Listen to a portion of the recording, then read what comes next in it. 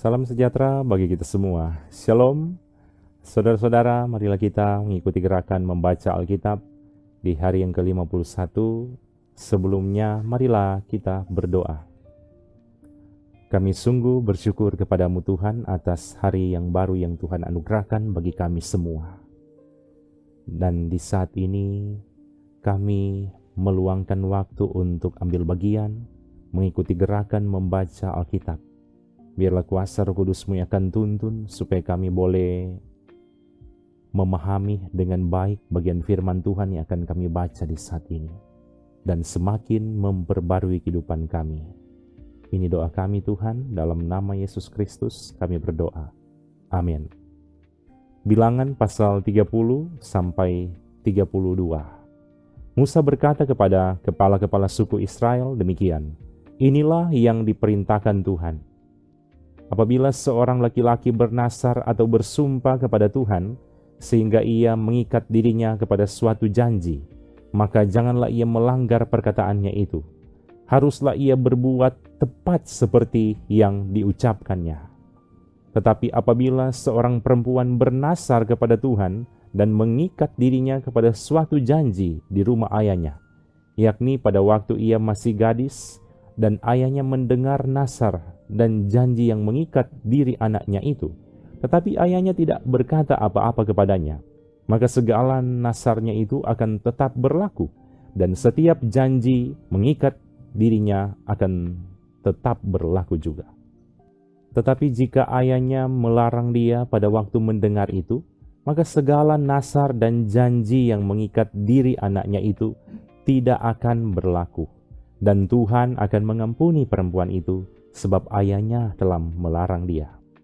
Tetapi jika perempuan itu bersuami dan ia masih berhutang karena salah satu nasar atau salah satu janji yang diucapkan begitu saja dan yang mengikat dirinya, dan suaminya mendengar tentang hal itu, tetapi tidak berkata apa-apa kepadanya pada waktu mendengarnya, maka nasarnya itu akan tetap berlaku dan janji yang mengikat dirinya akan tetap berlaku juga. Tetapi apabila suaminya itu pada waktu mendengarnya melarang dia, maka ia telah membatalkan nasar yang menjadi hutang istrinya dan janji yang diucapkan begitu saja dan yang mengikat istrinya, dan Tuhan akan mengampuni istrinya itu. Mengenai nasar seorang janda atau seorang perempuan yang diceraikan, segala apa yang mengikat dirinya akan tetap berlaku baginya. Jika seorang perempuan di rumah suaminya bernasar atau mengikat dirinya kepada suatu janji dengan bersumpah, dan suaminya mendengarnya, tetapi tidak berkata apa-apa kepadanya, dan tidak melarang dia, maka segala nasar perempuan itu akan tetap berlaku, dan setiap janji yang mengikat diri perempuan itu akan tetap berlaku juga. Tetapi jika suaminya itu membatalkannya dengan tegas pada waktu mendengarnya, maka ucapan apapun yang keluar dari mulutnya, baik nasar maupun janji, tidak akan berlaku. Suaminya telah membatalkannya, dan Tuhan akan mengampuni istrinya itu. Setiap nasar dan setiap janji sumpah perempuan itu untuk merendahkan diri dengan berpuasa dapat dinyatakan berlaku oleh suaminya atau dapat dibatalkan oleh suaminya. Tetapi apabila suaminya sama sekali tidak berkata apa-apa kepadanya dari hari ke hari, maka dengan demikian ia telah menyatakan berlaku segala nasar istrinya atau segala ikatan janji yang menjadi hutang istrinya. Ia telah menyatakannya berlaku karena ia tidak berkata apa-apa kepadanya pada waktu mendengarnya. Tetapi jika ia baru membatalkannya beberapa lama setelah didengarnya, maka ia akan menanggung akibat kesalahan istrinya. Itulah ketetapan-ketetapan yang diperintahkan Tuhan kepada Musa, yakni antara seorang suami dengan istrinya, dan antara seorang ayah dengan anaknya perempuan pada waktu ia masih gadis di rumah ayahnya. Tuhan berfirman kepada Musa, "Lakukanlah pembalasan orang Israel kepada orang Midian, kemudian engkau akan dikumpulkan kepada kaum leluhurmu." Lalu berkatalah Musa kepada bangsa itu, baiklah sejumlah orang dari antaramu mempersenjatai diri untuk berperang, supaya mereka melawan Midian untuk menjalankan pembalasan Tuhan terhadap Midian. Dari setiap suku di antara segala suku Israel, haruslah kamu menyuruh 1.000 orang untuk berperang. Demikianlah diserahkan dari kaum-kaum Israel 1.000 orang dari tiap-tiap suku.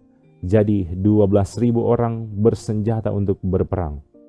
Lalu Musa menyuruh mereka untuk berperang 1.000 orang dari tiap-tiap suku bersama-sama dengan Pinehas, anak Imam Eleazar, untuk berperang dengan membawa perkakas tempat kudus dan nafiri-nafiri pemberi tanda semboyan. Kemudian berperanglah mereka melawan Midian, seperti yang diperintahkan Tuhan kepada Musa, lalu membunuh semua laki-laki mereka.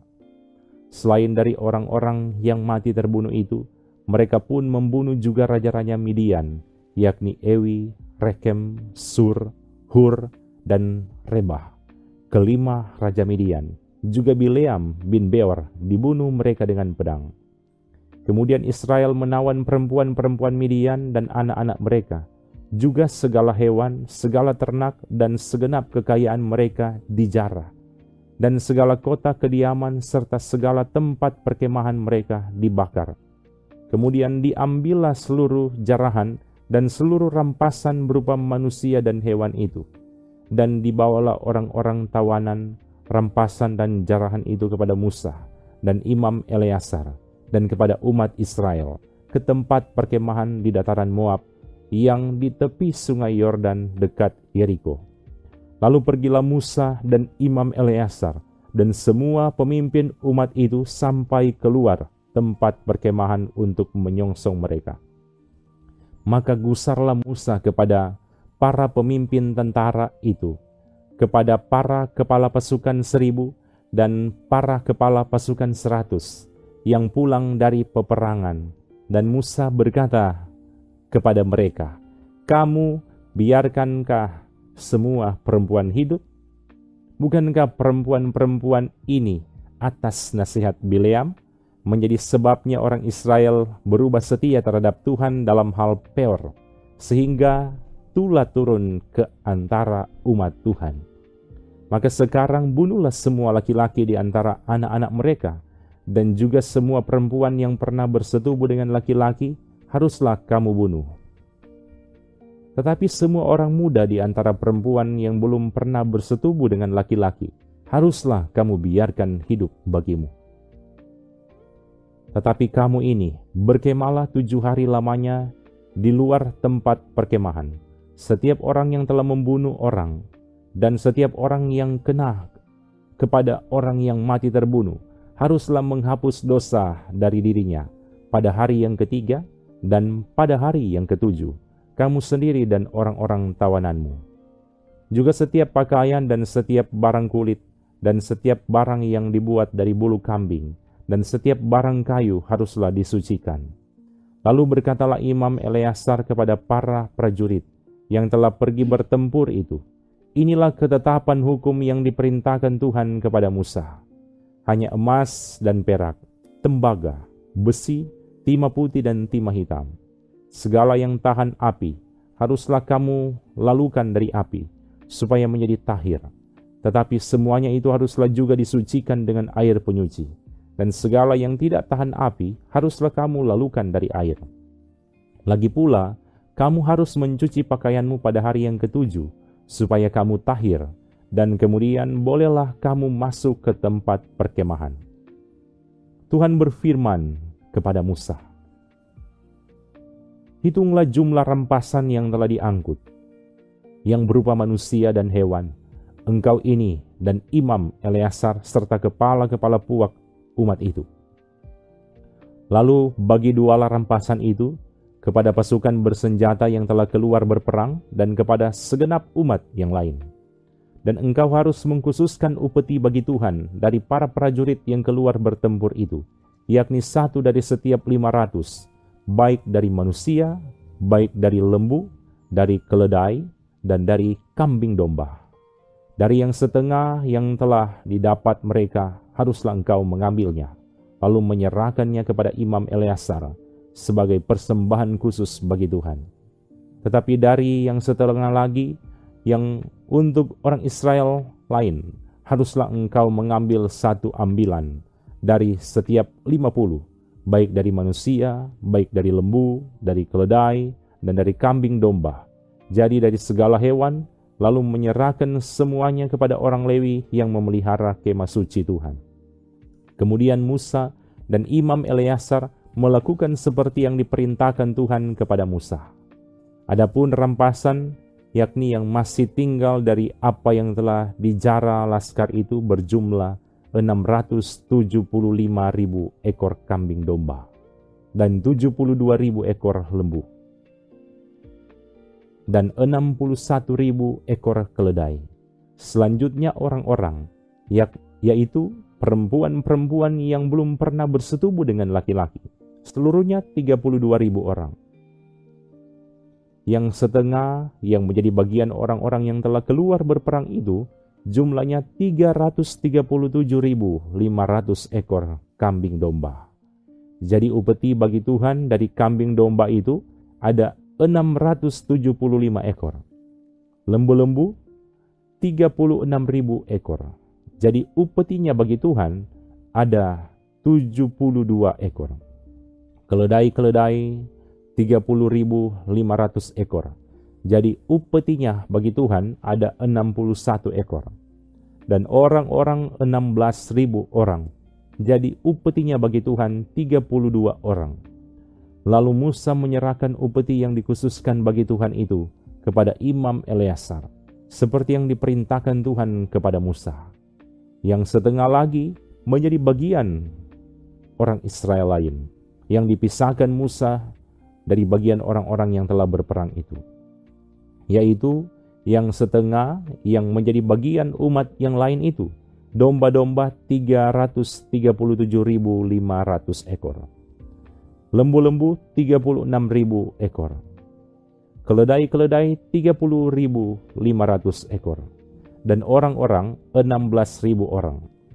Lalu Musa mengambil dari yang setengah yang menjadi bagian orang Israel lain itu satu ambilan dari setiap 50, baik dari manusia, baik dari hewan. Kemudian menyerahkan semuanya kepada orang Lewi yang memelihara kemah suci, seperti yang diperintahkan Tuhan kepada Musa.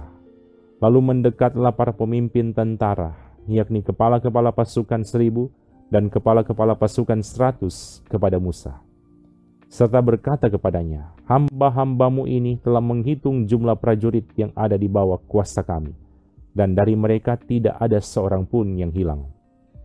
Sebab itu kami mempersembahkan sebagai persembahan kepada Tuhan apa yang didapat masing-masing, yakni barang-barang emas, gelang kaki, gelang tangan, cincin meterai, anting-anting, dan kerongsang, untuk mengadakan pendamaian bagi nyawa kami di hadapan Tuhan.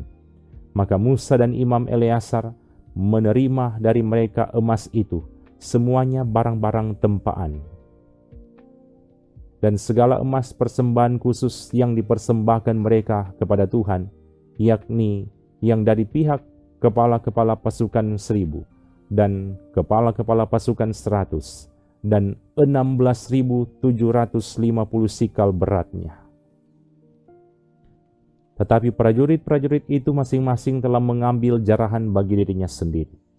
Setelah Musa dan Imam Eleazar menerima emas itu dari pihak kepala-kepala pasukan 1.000 dan kepala-kepala pasukan 100, maka mereka membawanya ke dalam kemah pertemuan sebagai peringatan di hadapan Tuhan untuk mengingat orang Israel. Adapun Bani Ruben dan Bani Gad, ternaknya banyak, bahkan sangat banyak sekali. Ketika mereka melihat tanah Yaser dan tanah Gilead, tampaklah tempat itu tempat yang baik untuk peternakan. Lalu datanglah Bani Gad dan Bani Ruben dan berkata kepada Musa, Imam Eleazar, dan para pemimpin umat itu, Atarot, Dibon, Yaser, Nimra, Hesibon, Eleale, Sebam, Nebo, dan Beon. Negeri yang telah dikalahkan oleh Tuhan untuk umat Israel, itulah suatu negeri yang baik untuk peternakan, dan hamba-hambamu ini memang ada ternaknya. Lagi kata mereka, jika kami mendapat kasih-Mu, biarlah negeri ini diberikan kepada hamba-hamba-Mu ini sebagai milik. Janganlah kami harus pindah ke seberang sungai Yordan. Jawab Musa kepada Bani Gad dan Bani Ruben itu, masakan saudara-saudaramu pergi berperang dan kamu tinggal di sini? Mengapa kamu hendak membuat enggan hati orang Israel untuk menyeberang ke negeri yang diberikan Tuhan kepada mereka? Demikian juga dilakukan bapa-bapamu ketika aku menyuruh mereka dari Kades Barnea untuk melihat negeri itu. Mereka berjalan sampai ke lembah Eskol, melihat-lihat negeri dan membuat enggan hati orang Israel, sehingga mereka tidak mau pergi ke negeri yang diberikan Tuhan kepada mereka. Maka bangkitlah murka Tuhan pada waktu itu, dan Ia bersumpah bahwasannya orang-orang yang telah berjalan dari Mesir, yang berumur 20 tahun ke atas, tidak akan melihat negeri yang kujanjikan, dengan bersumpah kepada Abraham, Ishak dan Yakub, oleh karena mereka tidak mengikut aku dengan sepenuh hatinya, kecuali Kaleb bin Yefune, orang Kenas itu, dan Yosua bin Nun, sebab keduanya mengikut Tuhan dengan sepenuh hatinya. Sebab itu bangkitlah murka Tuhan kepada orang Israel, sehingga Ia membuat mereka mengembara di padang gurun 40 tahun lamanya, sampai habis mati segenap angkatan yang telah berbuat jahat di mata Tuhan. Dan sekarang kamu bangkit ganti bapa-bapamu, suatu kawanan orang-orang berdosa, untuk menambah lagi murka Tuhan yang menyala-nyala kepada orang Israel itu. Jika kamu berbalik membelakangi dia, maka kamu akan lebih lama lagi dibiarkannya tinggal di padang gurun, dan kamu akan membawa kemusnahan atas seluruh bangsa ini. Tetapi mendekatlah mereka kepadanya serta berkata, kami hendak mendirikan kandang-kandang kambing domba di sini, untuk ternak kami dan kota-kota untuk anak-anak kami. Tetapi kami sendiri akan mempersenjatai diri dengan bersegera, kami akan berjalan di depan orang Israel, sampai kami membawa mereka ke tempatnya. Sementara itu, anak-anak kami akan tinggal dalam kota-kota yang berkubu oleh karena penduduk negeri ini. Kami tidak akan pulang ke rumah kami sampai setiap orang Israel memperoleh milik pusakanya. Sebab kami tidak mau menerima milik pusaka di seberang sungai Yordan sana, dan seterusnya apabila kami mendapat milik pusaka di seberang sungai Yordan sini, di sebelah timur. Lalu berkatalah Musa kepada mereka, jika kamu hendak berbuat demikian, jika kamu hendak mempersenjatai diri untuk berperang di hadapan Tuhan, dan setiap orang dari kamu yang telah bersenjata hendak menyeberangi sungai Yordan di hadapan Tuhan, sampai Ia menghalau musuh-musuhnya dari hadapannya, sehingga negeri itu takluk ke hadapan Tuhan. Dan jika kemudian kamu pulang, maka akan bebaslah kamu dari kewajibanmu kepada Tuhan dan kepada Israel, dan negeri ini pun akan menjadi milikmu di hadapan Tuhan. Tetapi jika kamu tidak berbuat demikian, sesungguhnya kamu berdosa kepada Tuhan, dan kamu akan mengalami bahwa dosamu itu akan menimpa kamu. Dirikanlah kota-kota bagi anak-anakmu, dan kandang-kandang bagi kambing dombamu, dan perbuatlah apa yang telah kamu ucapkan. Maka berkatalah Bani Gad dan Bani Ruben itu kepada Musa, hamba-hambamu ini akan berbuat seperti yang diperintahkan Tuanku. Anak-anak dan istri-istri kami, ternak dan hewan kami akan tinggal di sini di kota-kota Gilead. Tetapi hamba-hambamu ini akan menyeberang di hadapan Tuhan untuk bertempur, yakni setiap orang yang bersenjata untuk berperang, seperti yang dikatakan Tuanku. Lalu Musa memberi perintah mengenai mereka kepada Imam Eleazar dan kepada Yosua bin Nun dan kepada kepala-kepala puak dari suku-suku Israel. Kata Musa kepada mereka, jika Bani Gad dan Bani Ruben itu telah menyeberangi sungai Yordan bersama-sama dengan kamu untuk berperang di hadapan Tuhan, yakni semuanya orang yang bersenjata untuk berperang, dan jika negeri itu telah takluk kepadamu, maka haruslah kamu memberikan tanah Gilead kepada mereka sebagai milik. Tetapi jika mereka tidak menyeberang dengan bersenjata bersama-sama dengan kamu, maka haruslah mereka menerima tanah miliknya di tengah-tengahmu di tanah Kanaan. Lalu Bani Gad dan Bani Ruben itu menjawab, apa yang difirmankan Tuhan kepada hamba-hambamu ini akan kami lakukan. Kami sendiri akan menyeberang dengan bersenjata di hadapan Tuhan ke tanah Kanaan. Tetapi bagi kami tetaplah tanah milik pusaka kami di seberang sungai Yordan sini. Lalu Musa memberikan kepada mereka, kepada Bani Gad, kepada Bani Ruben, dan kepada setengah suku Manasya bin Yusuf, kerajaan Sihon, raja orang Amori, dan kerajaan Og, raja Basan, yakni negeri mereka beserta kota-kotanya di seluruh negeri itu, dengan daerah-daerah setiap kota itu. Maka Bani Gad membangun kota-kota Dibon, Atarot, Aroer, Atarot Sofan, Yaeser, Yokbeha, Bet Nimrah, Bet Haran, sebagai kota-kota yang berkubu dan sebagai tempat kandang-kandang kambing domba. Dan Bani Ruben membangun kota-kota Hesibon, Eleale, Kiryataim, Nebo, Baal-meon, dengan mengganti nama-namanya, dan Sibma. Dan mereka memberi nama lain kepada kota-kota yang dibangun mereka itu. Bani Makir bin Manasya pergi ke Gilead. Mereka merebutnya dan menghalaukan orang Amori yang ada di sana. Lalu Musa memberikan Gilead kepada Makir bin Manasya, dan diamlah ia di sana. Yair anak Manasya pergi merebut dusun-dusunnya dan menamai Hawat Yair.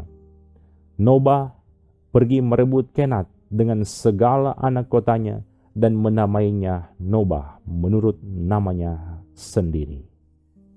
Demikian firman Tuhan, marilah kita berdoa. Kami sungguh bersyukur kepadamu Tuhan atas kesempatan yang boleh Tuhan berikan bagi kami. Sudah ambil bagian mengikuti gerakan membaca Alkitab di hari ini. Biarlah firman Tuhan di hari ini boleh menjadi pedoman dan membuat kami menjadi pribadi-pribadi yang semakin taat dan setia di hadapan-Mu Tuhan. Diberkatilah semua anggota jemaat yang setia mengikuti gerakan membaca Alkitab ini. Tuhan kiranya berkati mereka bersama dengan keluarga mereka dalam aktivitas, studi, pekerjaan yang Tuhan percayakan. Terpujilah nama-Mu Tuhan, dalam nama Yesus Kristus kami berdoa. Amin. Terima kasih saudara-saudara sudah mengikuti gerakan membaca Alkitab di hari ini. Tuhan Yesus pasti memberkati kita semua bersama keluarga kita masing-masing. Shalom.